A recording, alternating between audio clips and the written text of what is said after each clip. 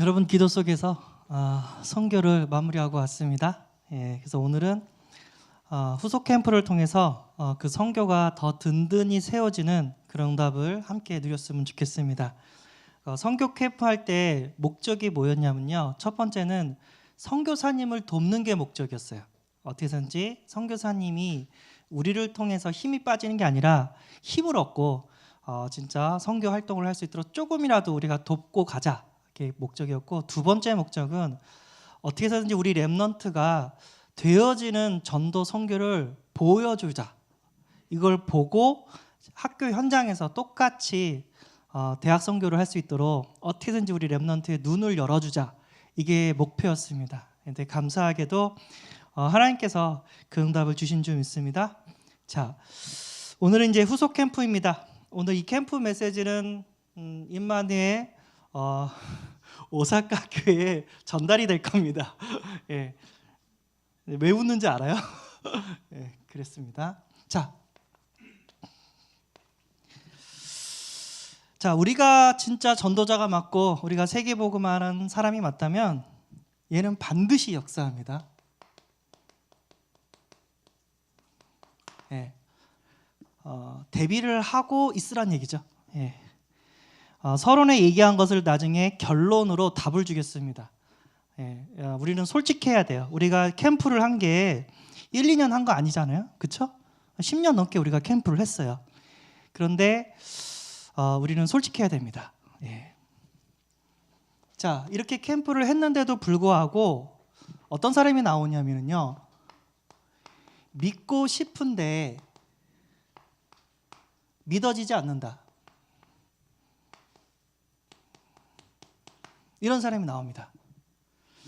믿고 싶은데 믿어지지 않는다.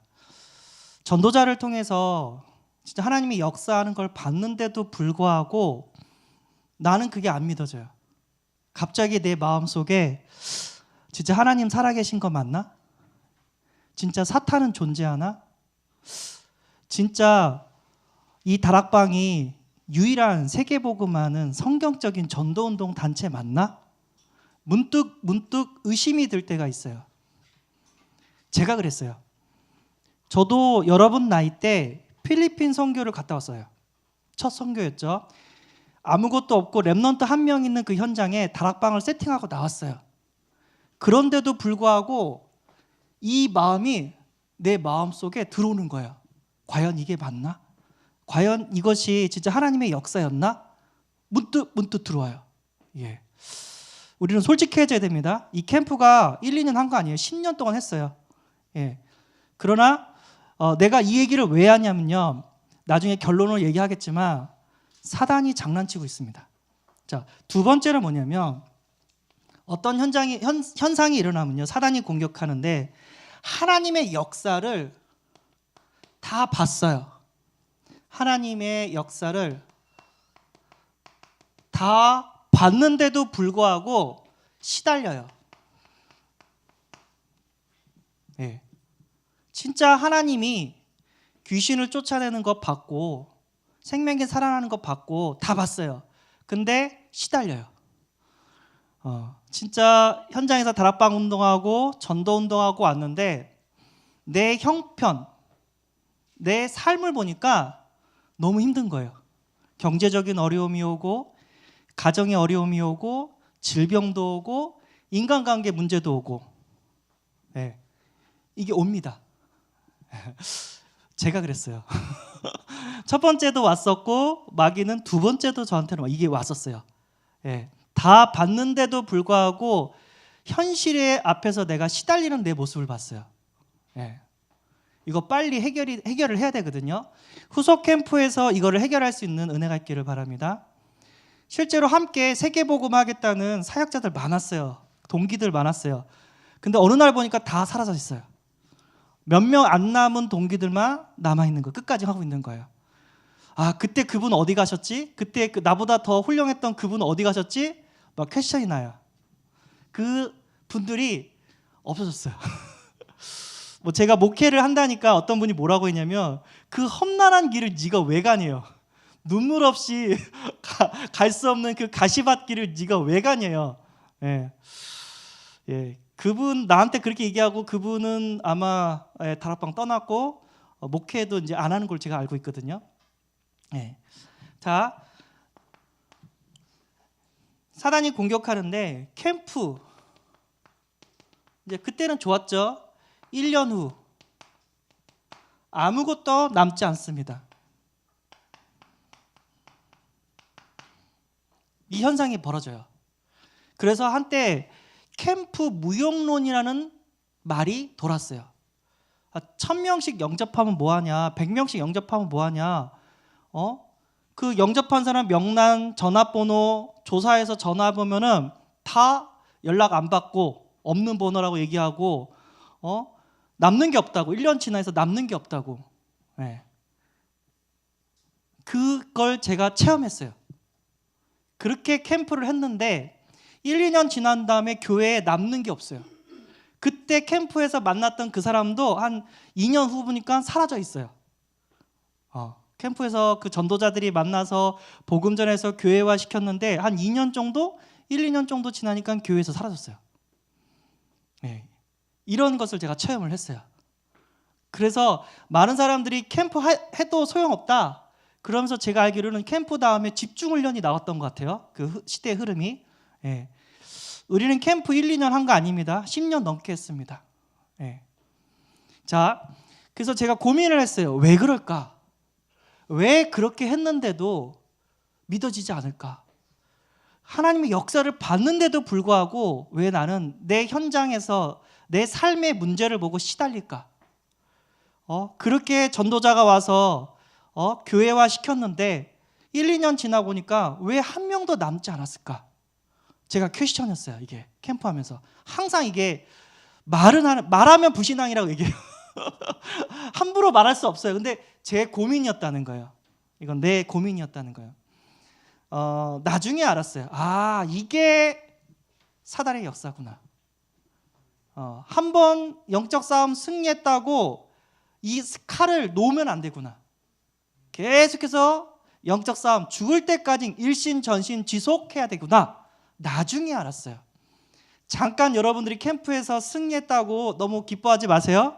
지금부터입니다. 네, 하나님은 지금부터 더 큰 응답을 주고서 첫 시작을 주신 것뿐입니다. 여기에서 기뻐해서 만족하면 안 돼요. 기뻐해서 만족하는 날 마귀가 반드시 2차 공격을 들어옵니다. 이거 막아주셔야 돼요. 네, 오늘 그거를 막는 후속 캠프 메시지를 여러분한테 전할 겁니다. 네, 그래서 여기 있는 사역자들과 렘넌트들과 그리고 우리 일본에 있는 우리 사역자들과 함께 기도하면서 뒤에도 영적 승리할 수 있는 그런 응답을 꼭 받을 수 있는 시간이 되어지기를 소원합니다. 자, 캠프를 한번 정리하겠습니다. 처음에 뭐를 했냐면요, 본 캠프 들어가기 전에 예비 캠프를 했습니다. 예. 예비 캠프에서 우리가 들어가야 될 현장을 분석하기 시작했어요. 네, 이건 어떤 현장이고 이 선교 현장에 우리가 어떻게 도움을 주면 좋을까 분석을 했습니다. 그 예비 캠프 팀들이 들어가서 그때 뭐를 봤냐면 교회 안에 다민족이 많이 들어왔다. 이거를 우리가 확인했고요. 이 다민족을 사역할 수 있는 평신도 사역자가 세워지면 좋겠다라는 선교사님의 기도 제목이 나왔어요. 그래서 다민족이 누군지, 그리고 이 다민족을 어떻게 하면 차세대 사역자로 세울 수 있을런지 기도하면서 하나님의 인도를 받고자 기획을 했습니다. 그리고 한국에서는요, 우리 렘넌트들, 대학 렘넌트들은요, 2번의 선교 준비 훈련을 했습니다.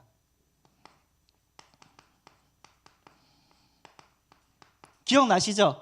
한 번은 2박 3일, 한 번은 여기서 한 번 하고 저기 강석교회에서 한 번 하고, 기억나셨죠? 전원 참석은 못했지만 그래도 영적 싸움을 해야 되는데 어떻게 해서든지 렘넌트가 현장에서 시험 들지 않도록 영적인 무장을 시켰어요. 나가기 전에. 그리고 거기서 끝나는 게 아니라 이 캠프가 성령의 인도를 받고 싶어서 우리는 어떻게 했냐면 월요일 밤 11시에 줌으로 만나서 기도회를 시작했습니다. 기억나시죠? 그리고 월요일 아닌 모든 날은 뭐냐면 매일 릴레이 기도를 시작했습니다. 네. 어떻게 하든지 성령 인도를 받고 싶어서.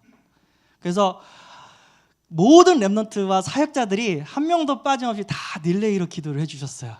이 현장을 품고. 그 기도가 쌓여서 이게 일어난 겁니다. 그냥 일본의 이런 역사가 전무후무한 역사래요. 저는 일본을 잘 모르거든요. 캠프도 처음 인도해봤고. 근데 국장님이 연락이 오면서 이런 적이 없었대요. 이렇게 흑암이 꺾이고 성령이 역사한 캠프는 처음 봤대요. 우리가 기도했기 때문에 가능한 줄 믿습니다.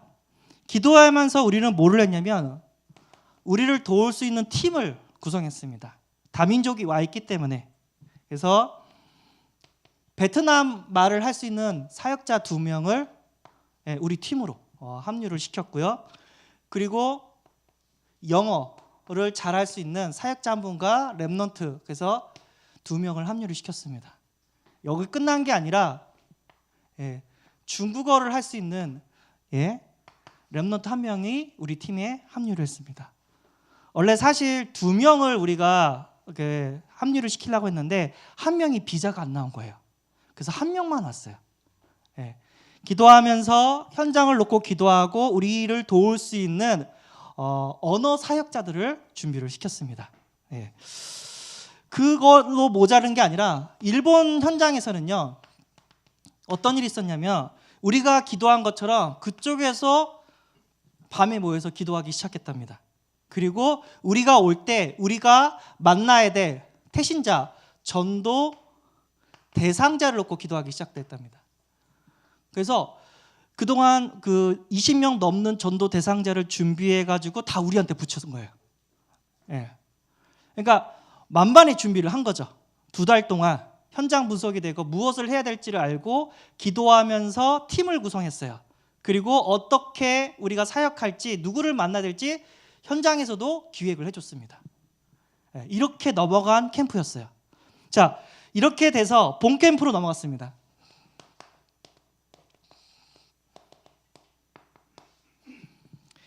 자, 이 본 캠프에 넘어가서 감사하게도 캠프하고 집중훈련 시켜서 사역자를 세우려고 했는데 수요일날 그곳에 건국기념일이 됐어요. 그래서 수요일날 성도들이 다 올 수 있다. 그래서 그러면 집중훈련 시키고 캠프하자.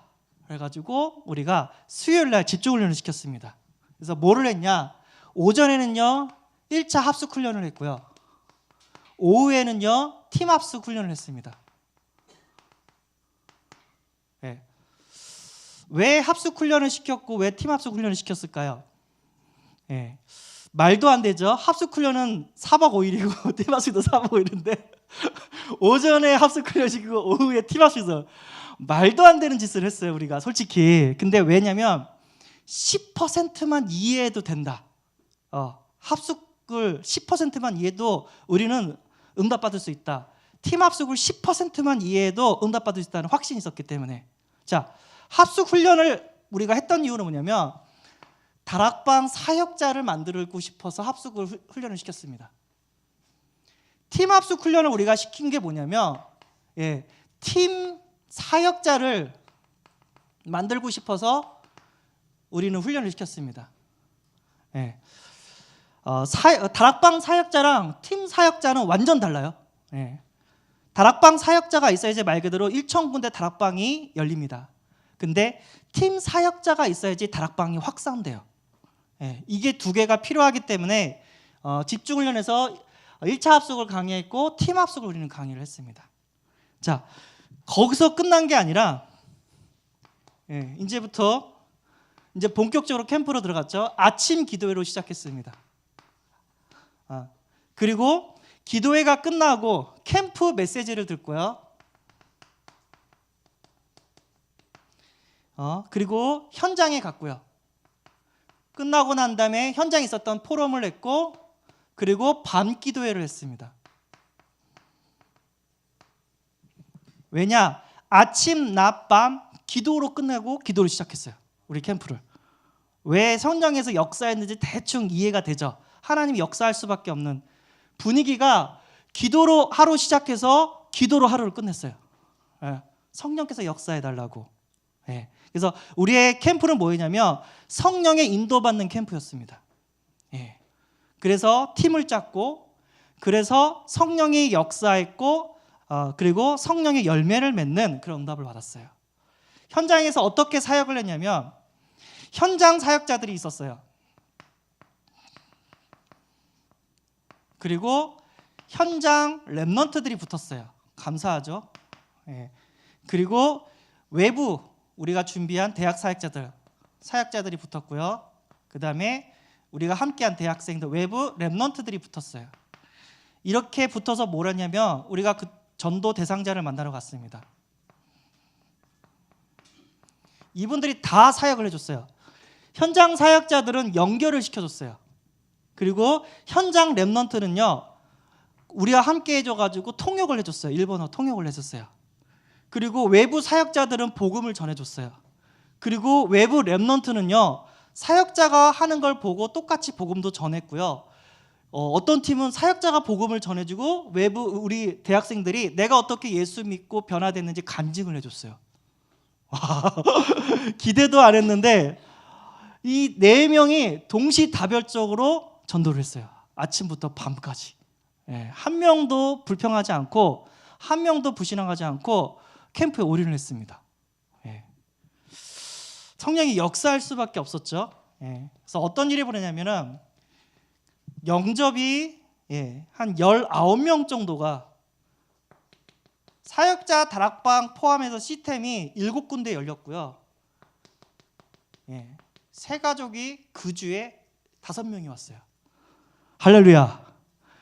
한 번도 못 본 성도가 4명이고 몇 년 만에 오신 성도가 1명이었어요. 5명이 왔어요. 성령이 얼마나 역사했는지 우리 곽동호 목사님은 교회 지나가는 사람한테 복음을 줬더니 한국 사람이야. 그래서 복음 전하고 바로 교회를 인도받는데 그분이 얼마나 은혜를 받았다면은 영상으로 딱 그 교회를 찍으면서 한마디 멘트를 하는데 하나님 감사합니다. 곽동호 목사님 감사합니다. 그 영상을 주는 거예요. 성령이 완전히 역사했죠. 우리에서 뭐를 받냐? 성령의 인도받는 캠프를 우리는 인도받았고 흑암이 꺾이고 그리고 성령의 역사에서 성령의 열매를 맺는 캠프를 체험하고 왔습니다.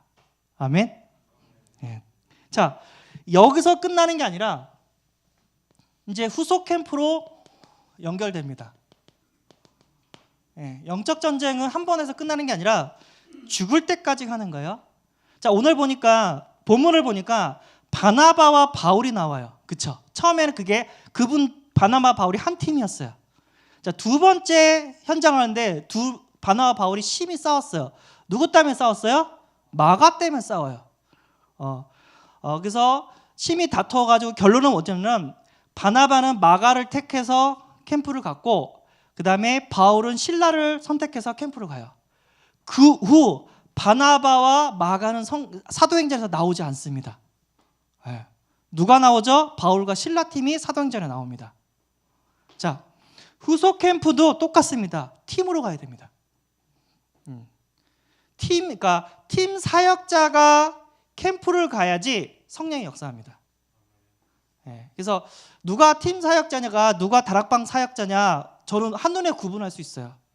혼자 다니는 사람은 다락방 사역자예요. 함께 다니는 사람은 팀 사역자예요.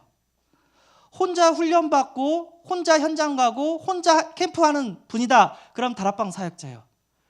본부 훈련도 성도들이랑 같이 가고 그 다음에 다락방도 성도들이랑 같이 가고 캠프도 성도들이랑 같이 간다. 그 사람은 팀 사역자예요. 캠프는 다락방 사역자가 할 수 있는 게 아니라 팀 사역자들이 할 수 있는 겁니다. 성경에 보면은 전도할 때 항상 팀으로 갑니다. 그래서 이번 후속 캠프도 팀으로 인도받게 될 겁니다. 여러분들이 기도하면서 우리 랩넌트들이 함께 했으면 함께하기를 소원합니다. 자, 첫 번째는 뭐냐면 3월 23일 월요일부터요. 그 다음에 25일 제가 갑니다. 유영조 목사 팀이 갑니다. 랩넌트들이 기도하면서 동참할 수 있는 은혜가 있기를 바랍니다. 그리고 4월 13일에서 15일 우리 곽동호 목사님 팀이 갑니다.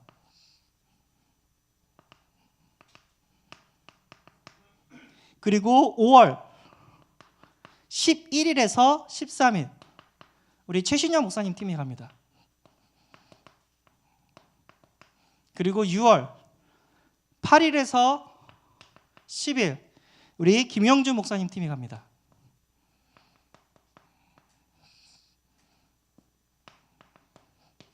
예. 기도해서 진짜 후속 캠프의 응답을 꼭 받으시기 바랍니다. 예. 하나님께서는요 이 전도 운동을 계속해서 우리에게 더해 주실 줄 믿습니다. 예. 한 번 하고 끝나는 캠프가 아니라 주님 재림하실 때까지 지속되어지는 전도 운동이 지속되어지는 캠프소로 들어가시기를 소원합니다. 만약에 여러분들이 함께 간다면 어떤 사역을 하게 되겠냐면요. 월요일 날 오후 1시에 전도학교를 인도합니다. 교회 자체 전도학교. 교회 안에 있는 조장과 사역자들, 팀 사역자들을 훈련을 시킬 겁니다. 전도학교 때. 예. 그리고 전도학교가 끝나면 뭐가 있냐면 현장 시스템을 인도하게 됩니다.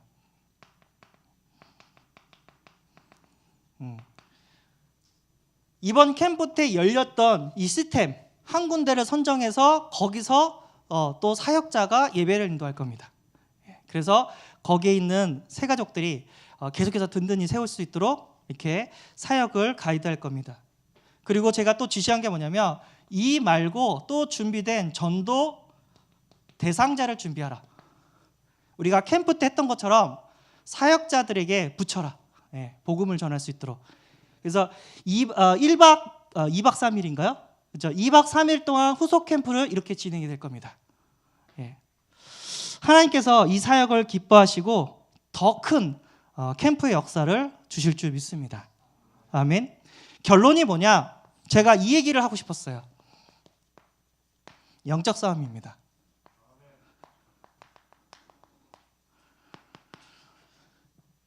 제가 여러분 나이에 캠프 같이 갔어요. 근데 나는요 믿고 싶은데 믿어지지가 않는 거예요.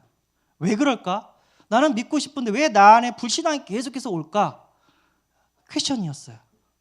근데요 자세히 보니까 정상인 거예요. 믿고 싶은데 안 믿어지는 게 왜 정상이냐? 예, 정상이에요. 왜냐하면 그거를 뭐라고 하냐면 영적 상태라고 얘기하는 거예요. 내 영적 상태가 아직 치유가 안 된 상태였어요. 렘넌트 때 내가 축구를 하고 싶은데 내 양쪽 발, 오른발, 왼발에 기부스를 하고 있어요. 그럼 축구를 할 수 있어요? 없어요? 못해요. 그러면 그 기부스한 발을 빨리 치유를 시켜야 돼요. 렘넌트는요 이 영적 상태가 아직 치유가 덜 된 상태예요. 무슨 소리냐? 내 영적 상태가 왜 나쁘냐? 여러분은 태어날 때부터 요한복음 8장 44절 하나님의 자녀가 아니라 마귀 자녀로 태어났어요. 여러분은요 국가 그리고 사회, 가정, 가문의 배경에서 살았어요. 불신앙의 배경에서 살았단 말이에요. 그러니까 여러분은 그러고 싶지 않은데 이미 불신앙의 배경에 살았기 때문에 그 불신앙을 치유하는 여정이 필요해요. 여러분들은 여러분이 생각하고 선택하는 것이 여러분들의 자유의지로 선택하는 것처럼 느껴지죠? 절대 아니에요. 배운 대로 선택하고 있어요. 제가 다큐멘터리를 봤거든요. 한쪽에는 인형, 두 개의 인형을 이방과 이방과 똑같은 인형을 이렇게 배치를 한 그런 다큐멘터리를 봤는데 그 인형을 보여주기 전에 비디오를 보여줬어요.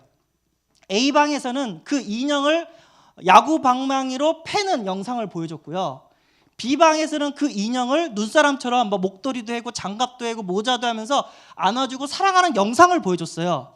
그리고 인형을 넣어줬거든요. 그 아이들이 어떻게 했는지 알아요? 똑같이 했어요. A방의 영상을 본 애들은 막 야구 빠대로 인형을 패면서 놀았고요. B방의 영상을 본 사람들은 그 인형을 쓰다마주고 옥해주고 머리 모자도 씌워주고 하면서 아껴주는 그런 놀이를 하고 있는 거예요. 무슨 얘기냐? 여러분들은 태어날 때부터 마귀 자녀로 태어났고 국가와 사회와 가정과 가문의 배경 속에서 이미 불신앙이 배어 있어요. 이거를 치유하는 여정을 가야 돼요. 이게 치유가 안 되어지면 어느 날 갑자기 와요. 의심이 와요. 어쩔 수 없는 거예요. 제가 그랬어요. 내가 왜 그러지? 내가 이렇게 훈련을 받는데 왜 이렇게 내가 힘들지? 왜 나에게 불신앙이 오지? 네, 내 영적 상태예요. 그러면 그 영적 상태를 어떻게 치유하냐? 이건 내가 할 수가 없어요. 누가 해줄 수가 없어요. 누가 해주냐? 하나님이 하셔야 돼요. 네, 나의 근본적인 불신앙을 하나님이 치유해 주셔야 됩니다. 무슨 말이냐? 에베소서 2장 8절에 뭐라고 얘기냐면 믿음은 하나님의 은혜래요. 하나님께서 은혜를 주셔야지 내 영적 상태가 치유가 되어져요. 로마서 10장 17절에 뭐냐면요, 믿음은 들음에서 난대요. 언제 믿음이 생기냐? 예수 그리스도 말씀을 들을 때 하나님이 성령으로 역사해서 믿음이 생긴다는 거예요. 예. 이사야 60장 1절에서 3절, 빛이 비춰야 돼요. 그 빛은 뭐죠? 예수 그리스도 생명의 빛이 비춰야 돼요. 에스겔서 37장 1절에서 14절, 전도자를 통해서 하나님의 말씀이 선포되는데 그 마른 뼈가 군대로 바뀌어요. 내가 하는 게 아니에요. 복음의 말씀 속으로 들어가야 돼요. 그러면 내 안에 있는 불신앙의 영적 상태가 바뀌어요. 어느 날 내가 완전 복음의 사람으로 바뀌어요. 근데 그건 언젠지 몰라요. 하나님이 성령으로 하신다는 거예요. 전도자가 복음을 선포할 때 하나님이 하신다는 거예요. 에스겔이 마른 뼈가 군대로 바꾼 게 아니라 에스겔이 하나님의 말씀을 대언할 때 하나님이 성령으로 역사하사 그 마른 뼈를 군대로 바꿔버린 거예요. 무슨 얘기냐? 여러분들은 뭐를 했냐? 예배 속으로 들어가야 돼요. 훈련 속으로 들어가야 돼요. 현장 다락방 속으로 들어가야 돼요. 여러분은 캠프 속으로 들어가야 돼요. 그때 여러분들의 근본 불신앙이 치유되어져요. 왜? 이 현장에 예수 그리스도 빛이 비치기 때문에. 성령이 나를 바꾸옵니다. 왜 안 되냐? 태어날 때도 근본 불신앙 상태이기 때문에. 이 불신앙 상태를, 구원은 받았지만 아직 내 상태는 불신앙 상태입니다. 이걸 치유받아야 돼요. 여러분은 그 과정과 여정을 가고 있는 줄 믿습니다. 그래서 함께 하라는 거예요. 목사님이 캠프 갈 때 같이 캠프 가고, 목사님이 다락방 갈 때 같이 다락방 가고, 목사님이 훈련 받을 때 같이 가라는 거예요. 이게 렘넌트의 여정입니다. 잊지 않기를 바랍니다. 사단은 여러분에게 반드시 공격을 들어옵니다. 나도 받았어요. 나도 의심했어요. 그런데 나는 이렇게 살아남았어요. 이렇게 살아남았어요. 여러분한테 저는 답을 전해줬고 그 응답을 꼭 누리시는 은혜가 있기를 소원합니다. 두 번째, 그래, 그 역사를 다 봤는데 왜 시달리냐? 여기는 조장에게 오는 시험이에요. 다락방 조장. 여기는 다락방 사역자에게 오는 시험이에요. 여기는 다락방 조원들에게 오는 시험이에요. 마귀가 이렇게 와요. 자, 내가 이 역사를 다 봤는데 왜 내가 시달리냐? 예, 아직 내가 창세기 3장, 6장, 11장이에요. 내가 좋아하는 우상, 나의 성공이 나의 관심이에요. 이거를 빨리 뭐로 바꿔야 되냐면 사도행전 1장 1절, 3절, 8절로 바꿔야 돼요. 나를 사랑하는 게 아니라 그리스도를 사랑해야 돼요. 내가 원하는 것이 아니라 하나님이 원하시는 하나님 나라 세계복음화가 나의 삶이 돼야 돼요. 세상 성공이 아니라 성령이 함께하는 임마누엘이 나의 행복이 돼야 돼요. 이게 안 된다. 마귀를 계속 칩니다. 아쭈, 이 사역자가 경제에 약하네? 바로 경제 쳐버립니다.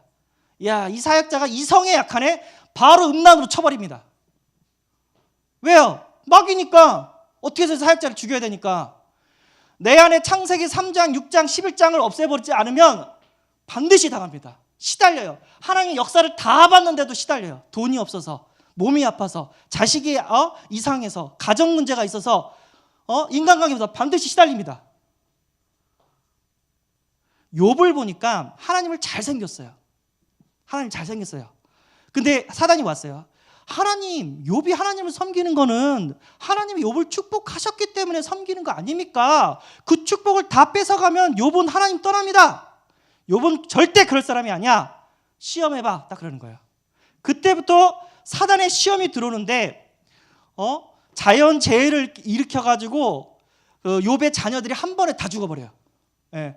도둑놈들을 불러들여가지고 욥의 전 재산을 다 약탈하게 만들어요. 예. 몸에는 피부병이 나가지고 기하정으로 극극 긁고 있어요. 사랑하는 부인이 뭐라고 했냐면 하나님 저주하고 죽어버리래요. 그리고 친구들이 와서 보면서 다 네 잘못이래요. 믿을 놈 하나도 없네. 저는요 다락방 오면서 사람 안 믿어요. 저는 오직 예수 그리스도입니다. 와이프도 아니고 친구도 아니고 재물도 아니고 자식도 아니고 오직 예수 그리스도입니다. 마귀가 온다니까요. 어떻게든지 사역자를 죽이려고 이 모양 저 모양으로 쳐들어온다니까요. 그런데 왜 하나님은 그걸 허락하셨을까요? 왜 마귀의 시험을 하나님은 허락하셨을까요? 왜 그랬을까요? 하나님 나를 보는 거예요. 네가 나를 사랑하냐?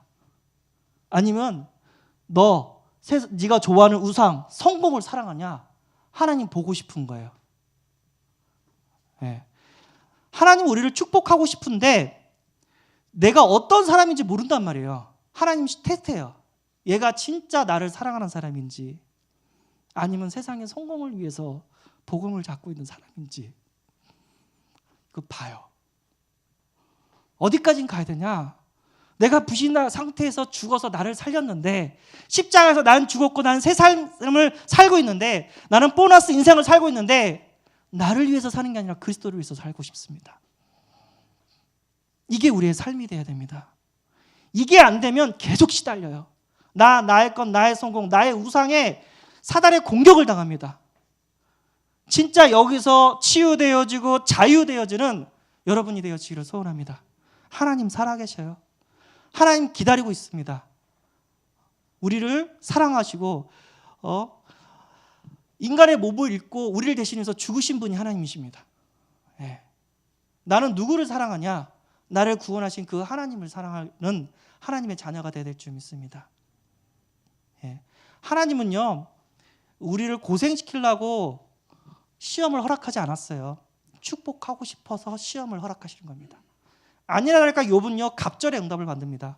전보다 2배의 축복을 받습니다. 그 시험을 통과하고. 욥도 알아요.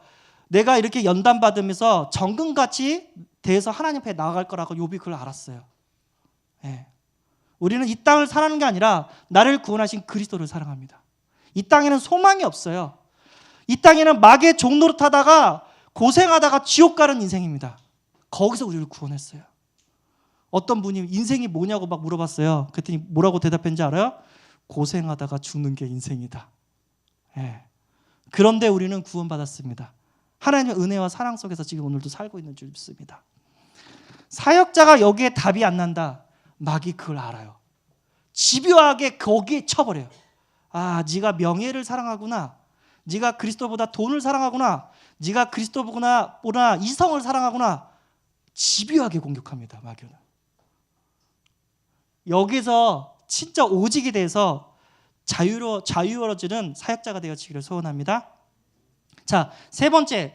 그러면 어떻게 지속적으로 시스템에 열매를 남길 거냐? 예, 지속 팀을 만들어내야 돼요.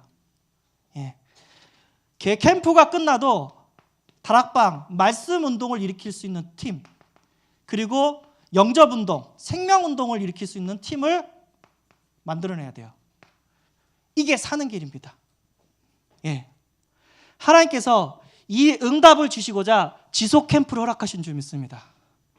마귀는 아주 집요하게 우리를 죽이려고 할 겁니다. 예, 그러나 우리는 답을 알고 있어요. 예수는 그리스도, 모든 문제 해결자. 네가 이래도 네 아픔과 고통 속에서 예수는 그리스도 맞냐? 맞습니다. 네가 이렇게 경제적으로 힘들어도 복음 운동할 거냐? 이것을 위해서 하다가 가겠습니다. 그 사람이 하나님의 사람인 줄 믿습니다. 여기 사역자들 돈 많아서 캠프 간 거 아니에요. 다 마이너스 통장 긁어서 가는 거예요. 왜죠?